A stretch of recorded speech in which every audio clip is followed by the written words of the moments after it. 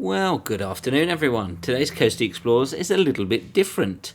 In researching a future episode where I look for a long-lost RAF base in Hong Kong, I stumbled across a video that was buried deep in the basement of the Imperial War Museum's archive in London. I paid for the video to be digitized and sent to me to be shared. They show a post WW2 Hong Kong in the very early stages of recovery in October 1945. It follows Sir Keith Park, who was Air Chief Marshal and Air Commander-in-Chief of Southeast Asia Command, and his wife Dorothy visiting Hong Kong. This footage may never have been seen by anybody alive today. In this episode, I'll play the video fully with commentary showing you what you are seeing to the best of my ability and knowledge. Feel free to mute my commentary if you wish to see it as is. Highlights of the video include seeing Tak Airfield, possibly the earliest footage of now what is ESF King George V School, and footage of the countryside surrounding Yuen Long, the building of a new airfield, along with Japanese troops clearing the land. Huge thanks to Les Bird, Philip Cracknell and George Best, some of Hong Kong's finest experts on World War II and all things Hong Kong history, for helping out with some of the details within the film. So the video is dated 26th of October 1945, around 2 months after the Japanese surrender in Hong Kong. We can see a bare metal RAF Douglas Dakota transport aircraft KN 561 taxiing at Tak Airfield. That's the now infamous airport where you would fly over Hong Kong over the skyscrapers. No signs of those though. This was still a smallish airfield in 1945, although it had been extended significantly, with a second runway being built by the Japanese during the war.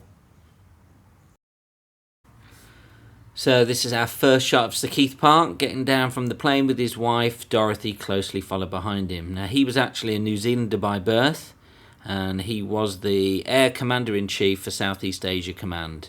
And after the war his job was to repatriate around 125,000 Allied internees, both military and civilian, from prisons right across Southeast Asia.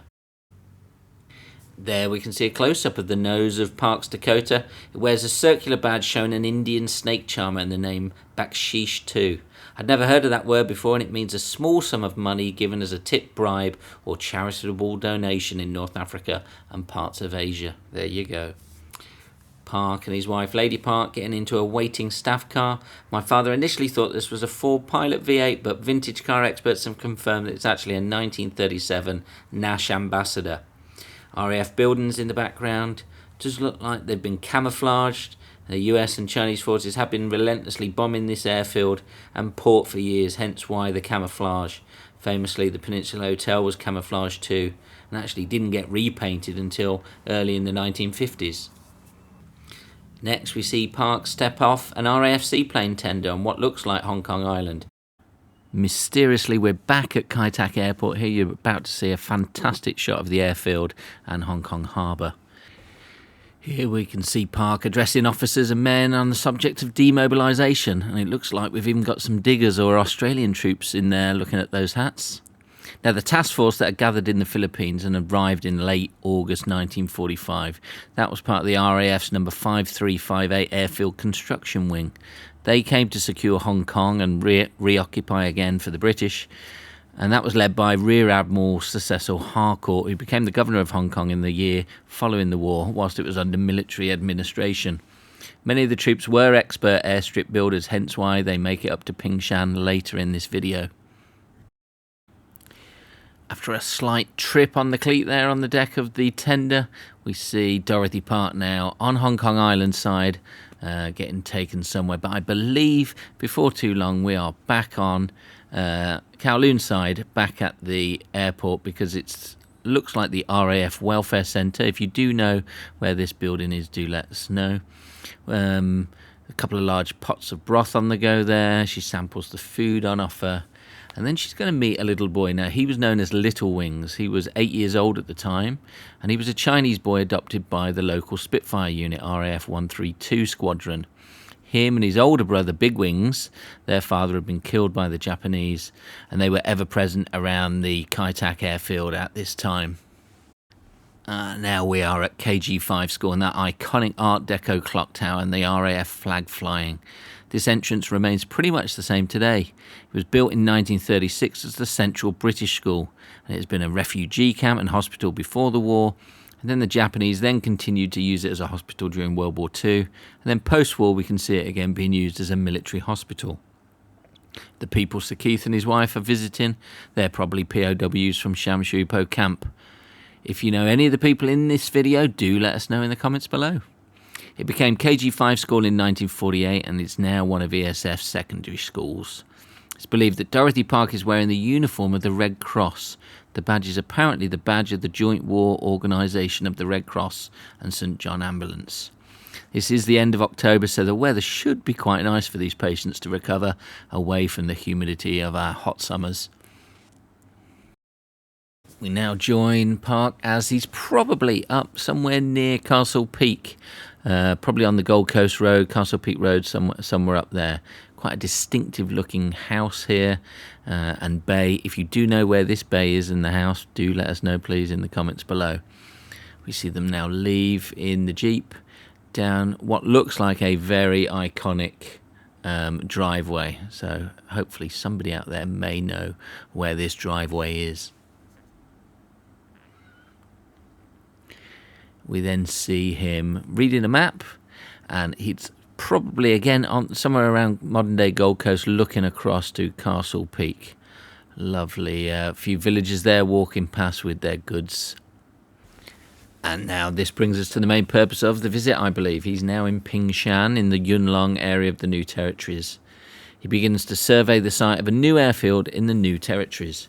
There was thought that Kai Tak could not be enlarged any further than it already was, so they were looking for viable places for a new larger airfield. If you've ever been to Hong Kong, you know that flat land is not something we're truly blessed with, so the area of Shan, quite close to the mainland border, was chosen. In order to achieve this, the hillside needed to be blasted and local villages would have to be moved. The villages were in uproar, understandably, as some of their ancestral burial sites would be dynamited to make way for the airfield.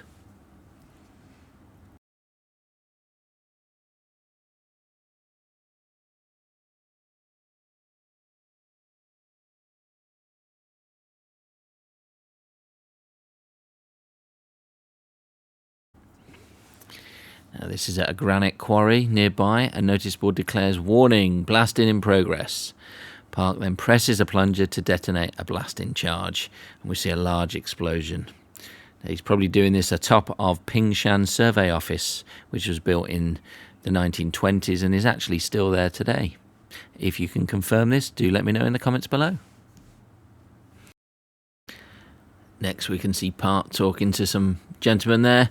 These are probably from the RAF number 5358 aircraft construction wing, as they are up constructing the airfield in the Shan area.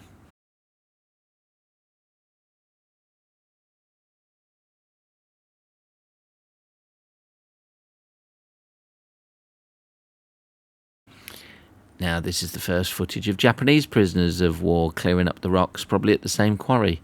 Following the initial surrender in mid-August, Japanese troops did stay on and carried out manual labour work to help rebuild Hong Kong.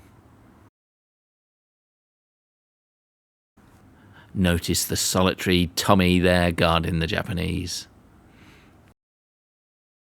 Now, it took a while and a bit of research for this one, but we are back on Hong Kong Island here around Quarry Bay as Park's car, which is a 1938 Lincoln Zephyr, arrives at the RAF Recreation Club and he goes inside.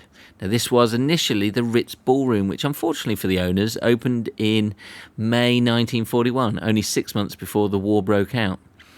We can see Park and the other officers inspecting the swimming pool out the back overlooking the harbour.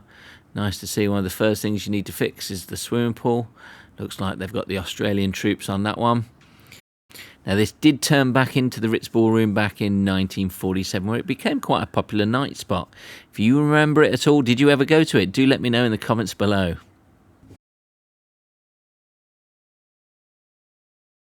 And this is our final shot. We can see Park looking out into the harbour where the eastern approaches are, and a final shot of a junk going past. And that brings the video to an end. A huge thanks to the Imperial War Museum for digitising it and sending it over. Now you're probably thinking out there, what did happen to RAF Shan? Was the airport ever built? Well, no, it wasn't.